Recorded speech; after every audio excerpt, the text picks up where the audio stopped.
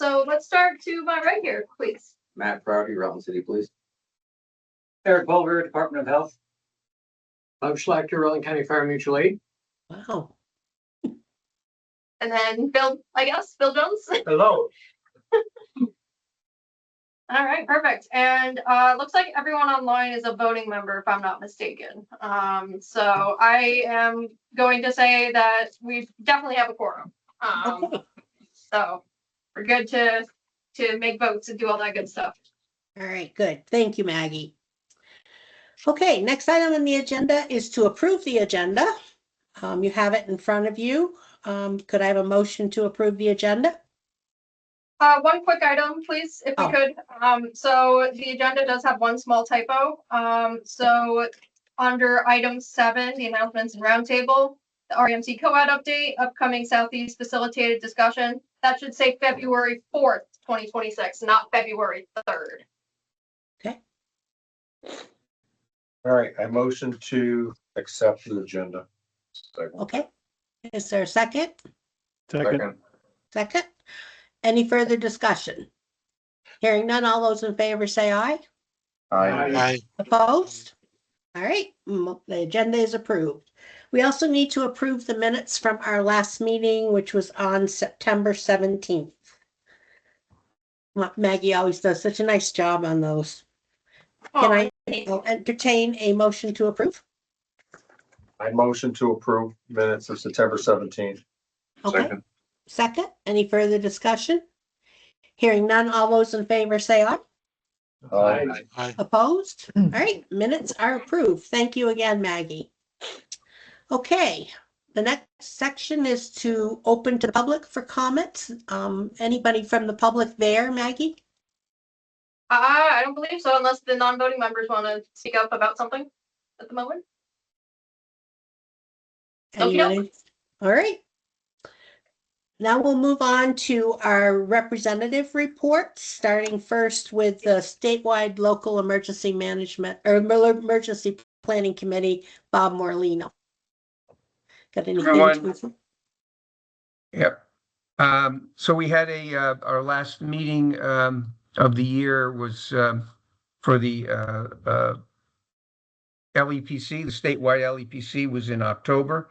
And in that meeting, we spent some time reviewing the EPA and Vermont Department of Environmental Conservation regulations regarding the notification procedures for releases of hazardous materials. So we had about 65 attendees at that meeting.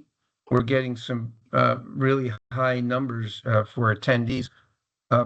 Primarily, they are our industry people throughout the state of Vermont that have hazardous materials. So we took some time to review with them when they have a spill or a release of some kind, what the regulations are in Vermont and federal regulations, and what notification procedures they have to follow when they have a release. So we spent some time doing that. We then we reviewed the exercises that occurred since the last meeting. These would be emergency hazmat exercises. We had 3 that took place since our between July and October meeting. We had one at the Vermont Department of Health in Colchester. That was a exercise, a bioterrorism exercise, what we call a white powder call. We had an exercise there. We had an exercise with Arctic glacier ice in Rutland on an anhydrous ammonia leak. We had a scenario there where we had a anhydrous ammonia leak and did an exercise with that company. And we did another anhydrous ammonia leak. That was in September. We did another anhydrous ammonia leak scenario with a different company, with Cabot Creamery in Cabot, Vermont. And that was on October 12th. And that was included, of course, Cabot Fire Department on that one. In terms of releases, these are actual releases in the state of Vermont. notable, and we usually just review the notable releases that have occurred. So in Middlebury, there was a sulfuric acid, nitric acid spill, about 200 gallons. So that was a pretty significant spill. They used the acids for, it was in a cider production facility. They used the sulfuric acid, nitric acid to disinfect their equipment between batches.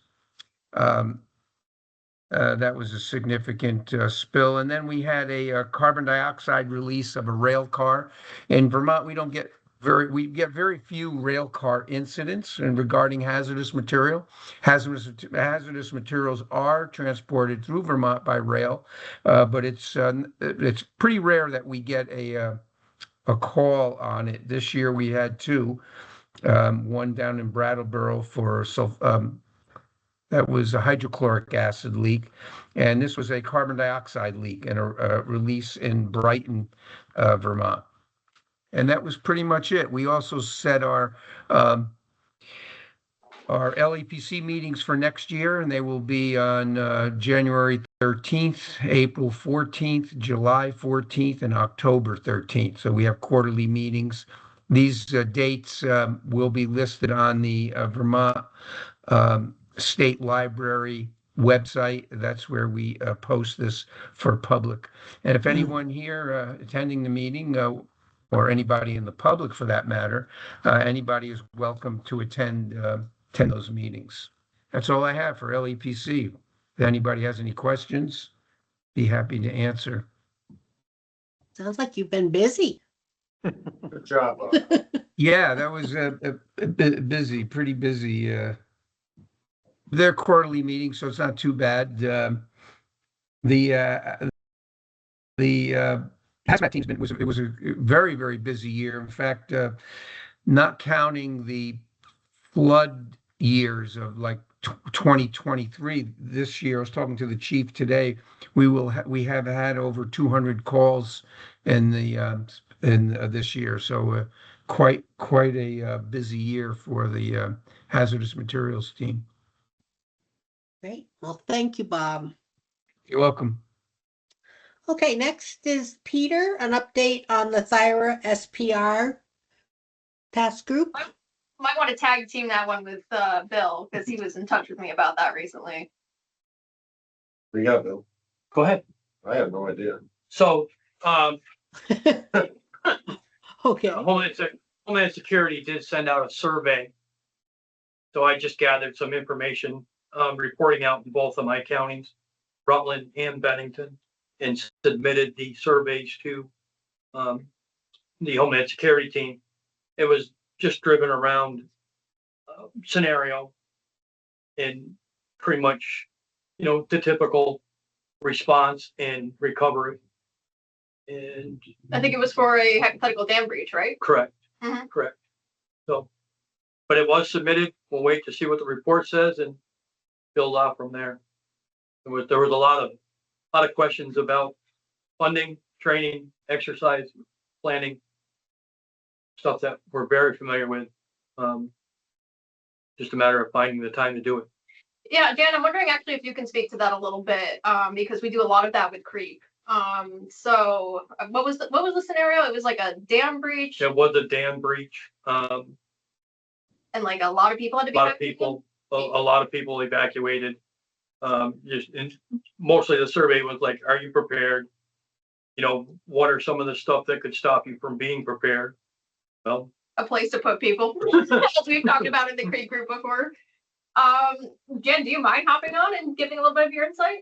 No, not at all. What, the survey was sent out to towns or? no, that happened it fell into, just fell into stakeholders that Homeland Security unit picked. Okay. And it circled back around, and all the regional coordinators got it. So I just reached out to Maggie and Dara, and it was a short notice. I wish I could have helped more too, but without our funding, And that was put in the survey too. yeah. I did put in the survey that due to the lack of the EMP funding, a lot of this information was taken up on you know, from what I could gather prior to you and Dara being available to answer the question, so. Yeah, so I think the past couple of years, it's mostly just been a survey sent out to like the EM regional coordinators, right? And so that's why there's been a lack of like participation from our reps. It's like, there's I not, don't even know who people to contact. yeah, I guess it would just be Bill, really, Yeah. at this point. Yeah, it would be just me. But anyways, Jed, do you mind pitching in your 2 cents, given the hypothetical scenario, what we've talked about in CREEP in the past? You mean right now or on the survey? Right now, the survey's long closed. Oh, okay, okay. Yeah, if you're not aware, we do have a team called the Chittenden Reservoir Emergency Action Plan Team. We fortunately call it CREEP for short. We've been meeting quarterly for probably 9 or 10 years now. And we've worked very hard to try to be collaborative with all the downstream towns that would be affected by flooding if Chittenden Reservoir should have a breach. The likelihood of Chittenden going out is very, very low, but it is considered a high hazard dam. So therefore we have to make the plans. I try to reinforce to people when we're talking to them that, you know, you would want us to have the plans if something happened, but you don't really care about it until it does. But we have to plan for it. So we've had a strong working team. And I think we've made some real progress over the years on evacuation routes and where we would shelter people, mutual aid, how things would actually work out. And our next meeting in February, we're going to start moving into the recovery phase of what needs to be done after response, after initial response. So that's kind of exciting. We have Mike Cannon coming down from the Vermont Task Force 1 to talk about that. So is that what you were looking for, Maggie? Yeah, something like that. And also just the challenges we've spoken to in the past about, you know, potentially sheltering people. So like the high school being the regional shelter, but only being able to hold 500 people, whereas Right. there are thousands of people in the inundation path. And so we've talked in the past about like, no, I know Bill, at one point you said it would be the dream to have Diamond Run Mall like revamped into a shelter, but that obviously isn't feasible and it's not going to happen now the Walmart's going there. Yeah, I mean, the manager told me 3 years at least, they would welcome us if they had an issue here in the city, but it's gonna be 3 years away. Yeah. And obviously that building in the meantime is not in good shape, so. Fixer upper. Yeah. So that's something we keep putting on the back burner because we're not sure where else we would put people. Maybe Castleton University. It's something we get to really explore in depth. So yeah. I think for the small towns, we're okay because I think most of us can figure out a local plan, but it's the city that when you're going to have the numbers that are going to have to be or would have to be evacuated, it may not be anything short of having to put them on a bus and taking them someplace. Because if maybe to Killington and using every hotel that they have up there, I don't know, but it's been one of those things that has been an unsolved issue for us. Yeah, so hopefully Bill was able to put that into the survey as something that we've talked about in the past. But yeah, so the other interesting thing too, I won't get into the details too much here, is that the floodwaters are only really gonna impact about half of the city. The other half is gonna be like completely unaffected for the most part. So it's, at least we're not talking about evacuating 17,000 people, right? But it is still a substantial challenge. And there will be issues with accessibility and getting cut off for certain places. So anyways, that's just along the short. If you're interested in learning more, feel free to reach out to Jan or myself. We'd be happy to talk more about it. Maybe invite you to our meetings. Actually, I think, Jan, and I'll connect with you on this offline. I think it'd be a good idea to start bringing Eric in too. Okay. So we can talk more about that later. But okay, I've gotten off on a tangent here. So we can move on. Okay. And unless you had anything else to say, Bill, about the survey? Nope. Okay. All All right, and then Tom Johnston, he's not here, but that's fine. No report since the Integrated Planning and Preparedness Workshop happens once a year in the spring/summertime. So nothing new to report there. Okay. All right, now comes the fun part of an annual meeting when it's time to appoint officers. This is when everybody usually runs and hides. So our first position is for chair, vice chair, and then we appoint our representative for the LEPC, the Thyra SPR, and then the statewide Integrated Preparedness and Planning Workshop rep. And I guess those are the three. So I will ask for nominations for chair of the Rutland Emergency Management Committee.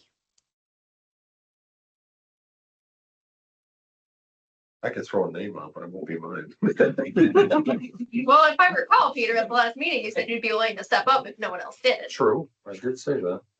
I mean, this last one for this one, I mean, that was easy. Nominate Pete.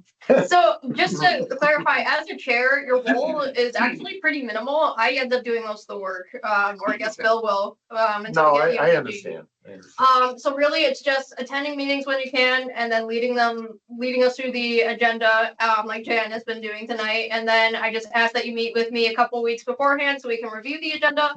And then maybe some involvement with our co-ed effort as well, which we can get into more later. But that's really it. Like I do most of the work typically. So really low commitment. Okay, talk to me in a minute. So I heard a nomination. Yes. Okay, anyone else interested? All right, is there a second for Peter as chair of REMC? Second. Okay, any further discussion? Hearing none, all those in favor say aye. Aye. Opposed? Congratulations, Peter, and thank you Amen. for taking that on, because I don't have time Good. to move up. I don't know if I'm allowed to do the vice chair role, because that's the Rob? position. Yeah, probably not. But if the new chair would like to make a nomination, Jan, just to confirm, you would be willing to serve again as vice Yes, chair? I'm willing to serve as vice chair. Okay. All right, I nominate Jan. Second. Yeah. Jan, you are the steadfast person here. We need that. Who did the second? I missed that part. Okay. Everyone did. You gotta do all those in favor, you gotta do that part. All right. So all those in favor? Aye. Okay, all right, thank you all for your vote of confidence. Next is our LEPC rep. Is there a nomination, or Bob, are you willing to continue in that role? So I'm willing to continue. Okay, would Nominate someone Bob. nominate? Okay, Second. motion is second. All those in favor say aye. Aye. Opposed? Congratulations, Bob, and thank you for all the hard work you do. Okay, Okay. our rep for Thyra SPR had been Peter. Are you still interested in that, or would you like to? Yeah, I think I can handle that. Okay, I mean, we could have someone. We could have someone else if we. I mean, wanted. if somebody wants to do I mean, as y'all picked up, it's very low commitment, it, it's and very low. it's like once a year you might get a survey, get input on the survey from like Bill. So I'll do it. Get it over with. is that Peter? Are you? Yeah. I can't see faces now. Yes, Okay. yes. Sorry. are we allowed to? Bill, I should double check. Are we allowed to have someone sitting in two positions like that? Oh, yeah, that's right. yeah. Bill is actually in the process of reviewing the rules. Oh, Bill's gonna make a PowerPoint so you can go on the learning management system and see how this actually works. that would be great. Huh? Okay, did I hear Peter nominated? Yes. Is I there a don't think second? there's anything in the bylaw saying that someone can't serve two chairs No, I don't or think two there is. positions. So we're probably fine. Yeah, I don't think there is. Okay, all those in favor of Peter as our Thyra rep? Say aye. Aye. Opposed? All right, thank you, Peter. Sorry, who was the first and second for that? I Okay. can't see him, so. And then Bill. And then, oh, okay, you guys are doing all the motioning today, I see. Okay. Lastly is the Integrated Planning and Preparedness Workshop rep. Tom Johnstone had been in that role. I don't know if he's interested in continuing. Have you heard, Maggie? No, unfortunately, I haven't had a chance to connect with him lately. I'm sure he wouldn't mind not being the rep any longer. I've had a hard time getting him to actually come to the workshop the past few years he's been in the position. So, yeah, I don't know if anyone in the room would be willing to step up for that. He's scared. Yeah, Judy, I'm looking at you. Yeah, I know. I guess I'll do it. Judy? Okay. I nominate Judy first. And I second So motion's been made and seconded. Are there any other people that might be interested? Hearing none, all those in favor of Judy, say aye. Aye. Opposed? All right, thank you, Judy. Thank you, Judy. You're welcome. Okay, I guess we're up to you, Maggie, for announcements and roundtable discussion. Yep. So move on to the co-ed stuff. So the Rutland Regional Disaster Cooperative and the Regional Emergency Management Committee. So as folks should be aware, we had our second sub-regional facilitated discussion held in Castleton on October 15th. And that was for the Northwest subregion. So for folks who are here in person, and I maybe didn't print out enough copies actually, there was the after action report. So the folks in the Northwest were Benson, Castleton, Fairhaven, West Haven, Sudbury, and then Hubbardton.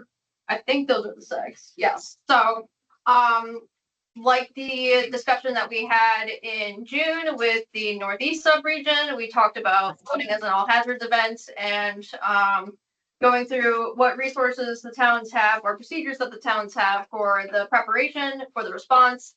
And then we actually had a third module that was more open-ended, that was more so asking the towns, like, how can we support each other during such a response or work to consolidate the movement of resources and people, especially if certain areas are cut off. And so we have some key points that we're kind of following up on, which I'll get into in a moment here. But I did send out the after action report via email on November 24th. If you do not have easy access to that, let me know. I'd be happy to send it again. And so the next discussion, we've actually decided to pivot a little bit, and we're going to do the Southeast. So that is Clarendon, Wallingford, Tinmouth, Shrewsbury, and Mount Holly. And there were a couple of reasons why we did that group next, instead of doing the Southwest group. But so it's being held in Wallingford at the Rotary Club on February 4th, so 10 to 1. Eric and I have already reached out to a lot of folks in those towns to pitch the idea, remind them that it'd be great if they could participate so we could keep going with our needs analysis here and make sure that we have everything squared away with knowing what the broader trends of the town's needs are, and also opportunities with which we can help each other if the situation arises. So the Northwest facilitated discussion. So some of the key trends that came out of that, and here's a handy dandy map with the labels so you know who's in each group. So there, like the last discussion, there is a need for standardized documentation. So things like memorandums of understanding. If there's emergency operations center or incident specific task lists, that would be a huge help. Because most of the time, the folks who are assigned to the EOC are the people who are on the ground responding. And the EOC is meant to be more of the emergency management behind the scenes, right? So you need to pull on volunteers, which was also noted as a significant need, that lack of bench depth for being able to man the EOC, then having those task lists, having those standardized procedures that someone could easily pick up and follow, even if they weren't very familiar with the role, would be a huge help. So volunteer management protocols, like I mentioned, would aid with the lack of bench depth. So there is the spontaneous volunteers annex. There also could be some other things we could look into, maybe some courses or things like that. And one of the other big takeaways, and this is probably not a surprise to anyone, is that our towns do want to help each other, neighbors helping neighbors, right?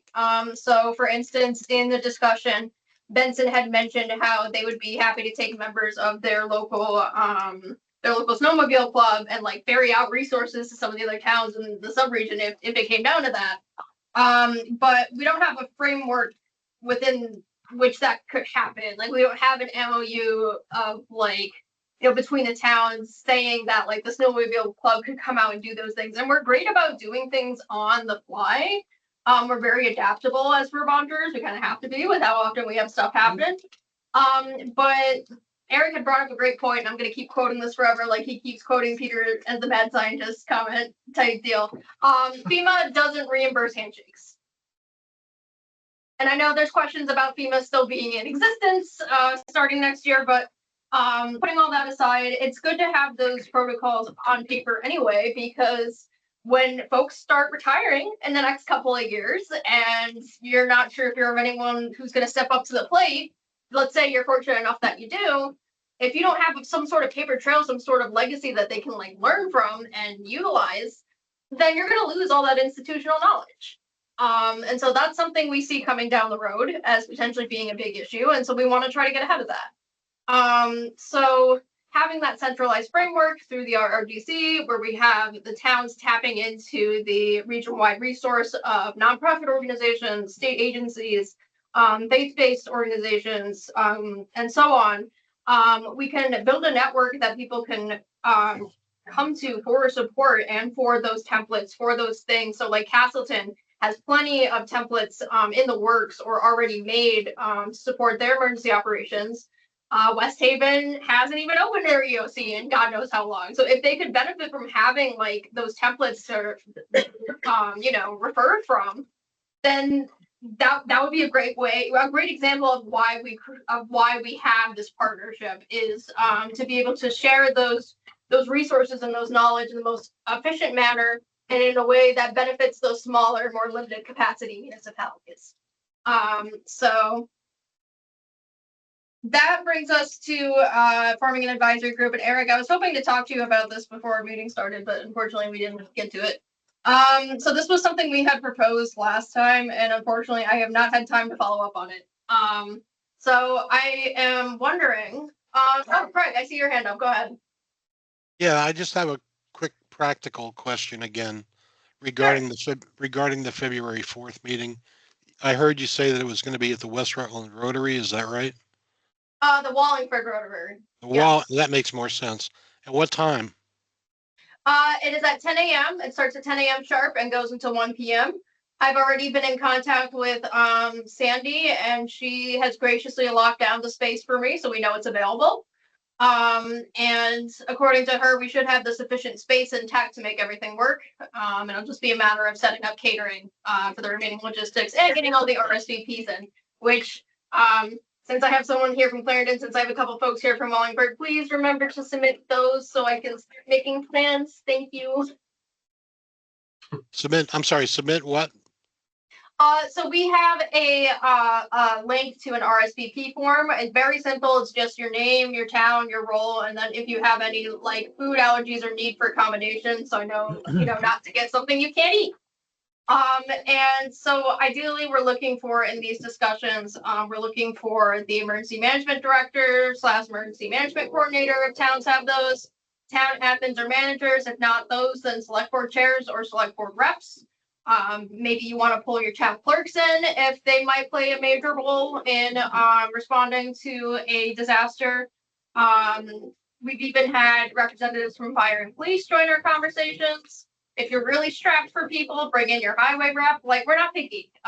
Just as long as you don't bring in like 10 people, because that makes it a little hard to coordinate everyone. That's really that's what I'm asking, is that we get those locked down, especially because we recognize that people work jobs and it's in the middle of the day, and most people don't want to do something that extensive late at night. So it's like we're trying to give you guys as much notice as possible so you can rearrange your schedules if you have to. Folks are here from the first two discussions that can speak to the value of them. If you wanted, or you can speak to me or Eric, and we'd be happy to sit down with you and some key folks in your towns to have that discussion of why this is important and why we want you to participate. But yeah, that's about the gist of it. So I can send that link to you, Craig, if you need it, to complete that form.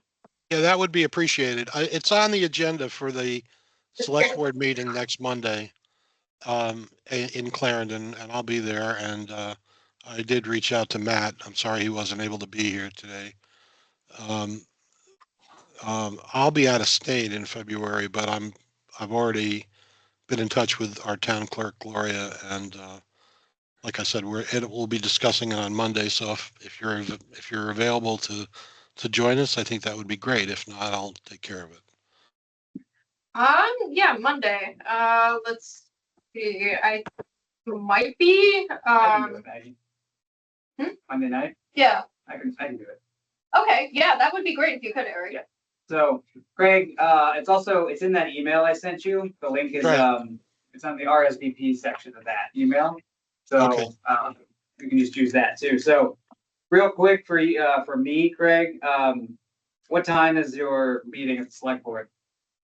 7? Probably. No, hold on. I should remember this. It's 6 o'clock. 6 o'clock. 6 o'clock. And it's at their town office. I don't know if you know where that is. I can find it or I can text you about it. So, yeah, Craig, I'll come down on Monday night to be there with y'all. All right, that'd be great. Thanks, Eric. Yeah, of course.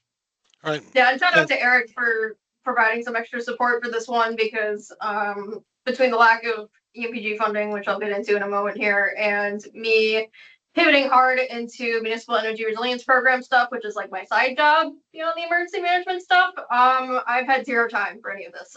So really appreciate Eric helping us out with this and keeping things pushing along as he does. So I mean, it was my mad scientist idea originally, that I could have thought of, and that you all are so graciously continuing on with this. Honestly, I want to say this is amazing that we're at the third now, and we still have this interest and momentum moving towards these sort of sub-region discussions. It's fantastic. So I am 1000%. This is my big project that I'm putting my effort into. So if you need anything or have any questions or anything like that, you can reach out to me too, as well as Maggie.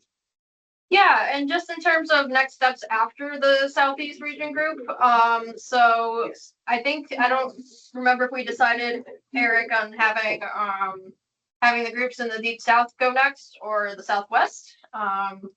But the goal is to have the central group, the yellow group there, I think it's September or October. October. 26th. Yeah, and we're gonna want to pull in more people for that. So like Project Vision, Proudy, love to have you. People from the hospital, love to have them. And that's going to require a bit more planning. But for now, just moving along with these smaller groups where we have everything pretty much set out. So that's another part of the reason why I have the after action report printed out and available to you folks, because it might not be specific to your region, but it's going to be very, very similar. The modules are going to be the same. The points of discussion are likely going to be very similar. So if you can familiarize yourself with that now, you'll know what you're getting into when you walk into these discussions when it's your time. So. Well, thanks for the help. Thank you for the help. Yeah, absolutely. And thank you for being an advocate for this and pushing it for Clarendon. We really appreciate it. So forming an advisory group, honestly, I might just end up tabling this one for now because I have not had time to talk with Eric about how we can get this off the ground. Unless we merged it with REMC meetings. I mean, it's kind of difficult. Sort of the idea here was that we don't necessarily need everybody in the REMC, all EMDs, EMCs, et cetera, to kind of just talk through the information we're getting from these sub-region discussions, because it's a lot of stuff and it's a lot of good stuff and it's a lot of things that we're learning that really a lot of towns are wanting. It's just there's not a mechanism, other than sort of the REMC to do it. And so it's just kind of a group that is willing to volunteer a little extra time to kind of come together, look at what we're finding, and kind of figure out how does the region move together with the sub-regions and being able to do things, amongst themselves, furthering that regional kind of goal. So it's one of those things where we do need to have a deeper conversation about it. And I think, it's just timings, with everything happening at federal level and sort of grants and all this stuff, it's just not kind of happening. So I'm perfectly fine with sort of tabling it and continuing these sub-region discussions and kind of coming back to this later. Because like I said, and Maggie said, we're not really going to be done with these. October is the big bullseye, Rutland City, Rutland Town, Proctor, et cetera. And that's going to take several months for us to do the after action report for that one. So probably won't even be looking at anything until 27. So, we have to have everything done for this round. So, but I know one thing that came out of, when we were talking in Castleton back in October was actually sort of sub-regions that were interested in talking to each other more. So the towns within that wanted to really kind of connect more with each other. So, that could be part of that too. So anyway, I'm pontificating too much here, but yeah, basically 10 cent, that's my 10-cent word. So, anyway, Maggie. Yeah, I mean, I wouldn't worry about it until everything's done. Yeah. Because you're gonna have so much information, every district's gonna be different. Yep. Group. Their needs are gonna be a little slightly different than some of the ones that are just like 1-2 people shows. I mean, that's where I see the biggest issues are, really, is the very small towns that don't have the resources or the people committed.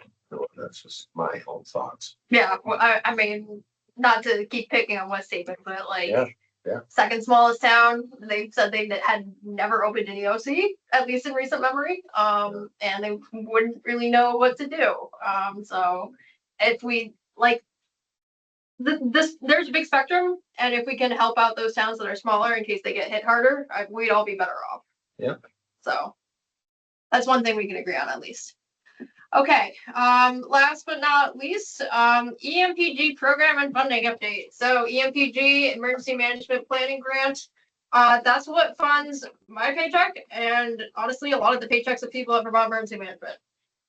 So typically how it goes is that in the summertime, the state provides the RPCs with the request for proposals and we all apply to this grant.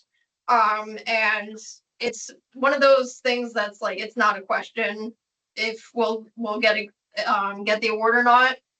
It's part of our yearly, services. So typically we submit all of our stuff as a sub applicant to the state by end of August each year. And then month of September, we get the agreements, we get signatures, we execute stuff, we get the funding all set up and ready to go so that when the federal fiscal year starts October 1st, we have the funding, we're good to keep going without there being too much of a break in service there.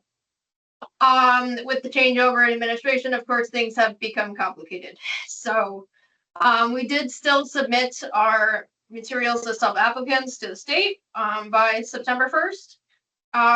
And I honestly don't have a good finger on the pulse on this. Maybe Bill has a slightly better one than I do, but as of today, we are still waiting on legal review before the state can accept the funds, which is obviously several months later than we would like it to be. And so in the meantime, some regions have had to shift everything onto their regional coordinator because they don't have funding they can pull from.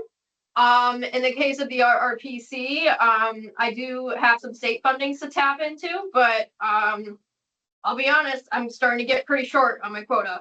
And that's for a couple of reasons. I utilize state to help push through local hazard mitigation plans through the municipal planning grant program with the loss of brick. So that took up some time. Also regional plan stuff is still going on. We just got comments back from the state, the land use review board on our regional plan, and it's in pretty good shape for the most part, but the land use map, for instance, is going to need a lot of changes. Thankfully, my chapter does not have any required changes, so I don't have to worry about that for me. But that being said, the pool from which to pull state funds is limited. And especially during the second half of the fiscal year, which is basically January to June, when we have to be really precise with the hours that we put in for each program so we can make sure we're getting that revenue in through the door. My guess is that I'm not going to have a lot of state hours. So unfortunately, what that means is that a lot of stuff is being put on hold. And I'm keeping the program on life support, hence the cute graphic. So REMC meetings, we'll see how things are in a month from now and if we have the EMPG award in hand yet. But they might be shifted to Bill. The CREEP meetings I'm going to try to keep participating in because I provide a lot of admin support and it's very helpful to that group that I keep doing that. But otherwise things are going to be pretty quiet, except for the REMC co-ed stuff. That's the one exception. That is the one thing I have permission from Devin on to provide as much support as I can through state. And so that will still be going on. But those are like the three main things that I'm going to try to keep alive until when hopefully we get this funding. So I won't get into the minutia of why there's such a delay for it and like some of the things the federal government is asking. But and I wish I had a better answer for you folks at this time. It's been a little frustrating being in limbo for so long like this, as I'm sure BEM can speak to. But the monthly events that I try to have, whether those be annex workshops, blanking on the term, seminars for various topics, that kind of thing. Unfortunately, those are going to have to be put on hold. Hopefully, though, through the co-ed stuff, we can at least keep some of that interest and participation going in emergency management stuff. The LEMPs, I assume those will still be going, hopefully. And so, yeah, a lot of uncertainty right now, which is unfortunate, but it is where we are. And one other thing I want to clarify is that if there was something that was to happen, our contracts to do local liaison reports and gather that information, that's separate from EMPG. So like we can still do that. RPCs are still equipped to do that. And of course, local hazard mitigation plan agreements that are up right now, those are separate from EMPG. So we're still doing those. Hubbardton, I just met with them last week for a planning team meeting. We're working on one in Wells right now. Chittenden, we're going to wrap up by next month with the public comment period. And then hopefully I'm about to get started with a bunch of other towns in the next several months now that we've gotten all those wards through the municipal planning grant, Wallingford included in that, and Proctor actually. So let's see, and Clarendon too. Just thinking of the towns that are here right now, Shrewsbury as well. So yeah, I don't know. I just wanted to be transparent with you guys and tell you we're about to hit a rough spot, a bit of a lull, but we're gonna do everything we can to keep the most critical stuff going. And we'll take the punches as they come. So that's what I got for that. Are there any questions from folks? I will say, sort of with like all of these things happening and sort of the uncertainty of the grant and sort of Maggie's work, one of the very big positives is that we have really strong relationship building here, in Rutland County, among, Maggie, myself, Bill, the hospital, we meet, we talk to each other quite a lot. We, can sort of take some of these slacks up, right? So, I can take a little more of that sort of sub-region work. We can talk about, if the, funding is going to be longer term, if an issue, we can talk about, I can start looking at doing some seminars or exercises or something like that, from the Department of Health side. So because of our relationships buildings and sort of like knowing each other really well, we can kind of take some of that slack up. So because emergency management and all this kind of stuff is sort of a momentum game. So we lose that momentum, it's just that much harder to kind of start it up again. So. And I will say, even though we're all in the same boat, all of the RPCs are in the same boat, I think we're fortunate enough to be in a position where we have, like you were saying, that relationship building. Like none of the other emergency preparedness specialists talk to the RPCs, is my understanding from you, right? So like it's quite rare, and here we have monthly meetings. I mean, Bill, Maggie, myself, and Jeremy at the hospital, we talk to each other every month, together. So that's pretty rare amongst the rest of the state. So yeah, so the work that we've done over the past couple of years to build those relationships just to be more resilient in general, I think is going to really come in handy here. it won't be a lifesaver, but it'll help keep us alive. So Is there any truth to the rumors about brick grants possibly being grants that are refunded? They have been refunded. Yeah. You should stand by. so I know a federal judge said that it was unconstitutional. Yeah. I'm recording, so I shouldn't say anything I'm gonna regret, but I'm going to hold my breath until that funding actually comes through the door again. Let's just put it that way. That certainly was like what they got our plan done. It was. Yeah, and of course, ironically enough, that ruling came just after we got all these awards through MPG, which I'm thankful we did. It was the good opportunity for it, with there being so few other applications from our region for this grant round. But hopefully by this time next year, or even a couple of months from now, we have that funding source available to us again for the towns that couldn't make it in. I know Mount Holly's is coming up with an expiration around the same time as Shrewsbury, but they just had too much going on. They couldn't take it on. There was another town that I think had to say no. I'm trying to remember who that was. Point being that, West Rutland, that's right, because they were already working through another from a previous year. The need is there, and we're doing the best we can to meet it. But there will be some lulls, but we'll do the best we can to keep it alive. So, yeah, that's about all I got for that. Unless there's any further questions, folks online, comments. I mean, wouldn't that be the incentive that if they don't have these plans, they will not get FEMA money? Is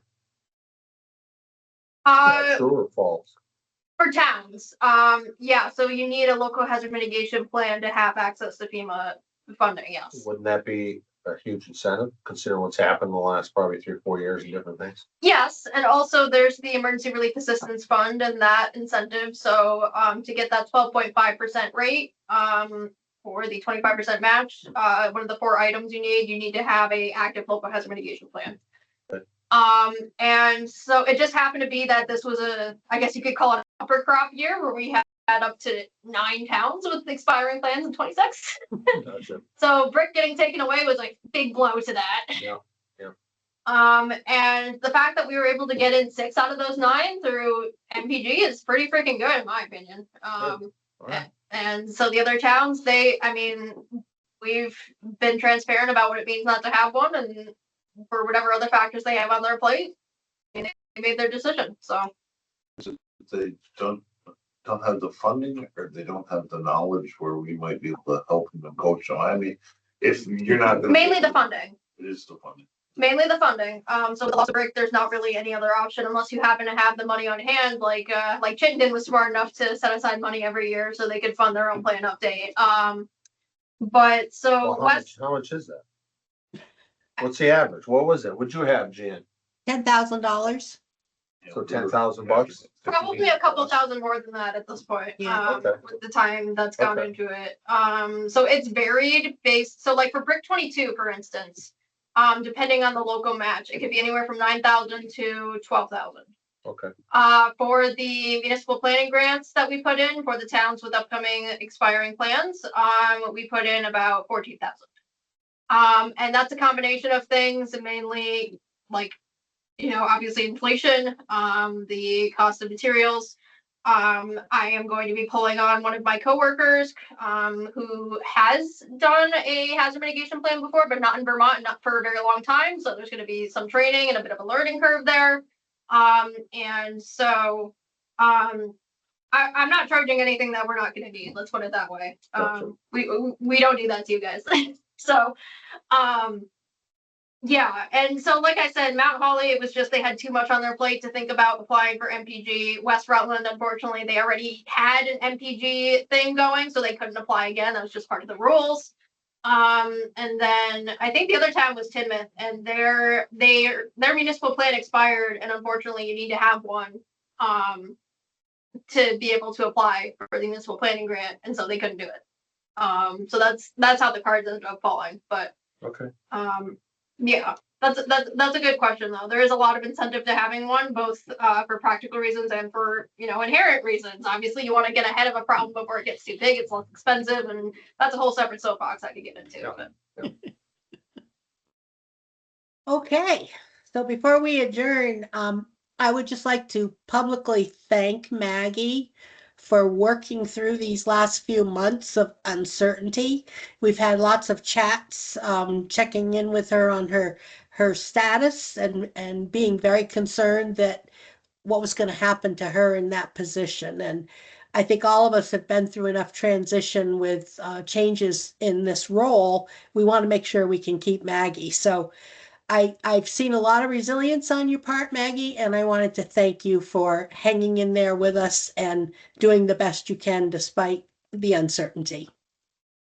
Yeah, thank you. And I do want to say if EMPG doesn't come back, I mean, I'm not going anywhere. I'll just be manning some different programs more heavily than I used to, but I'll still try to do what I can to support you guys with the resources I have. So it's not like I'm going out the door tomorrow. Although it'd be nice to have a few months of vacation, but Don't say that. yeah. That was the first question I Already put asked her. Okay, our next meeting is scheduled for March 18th at 5:30. So if there's no other business, I'll entertain a motion to adjourn. Motion to adjourn, Peter? Second? Second. Okay, all those in favor say aye. Aye. Hi. Aye. Aye. Opposed? I assume there are none. So everyone have a great holiday season Yes, Merry and Christmas. we'll see you in March. Yes, thank you, folks. Okay. Appreciate it. Get a guy that.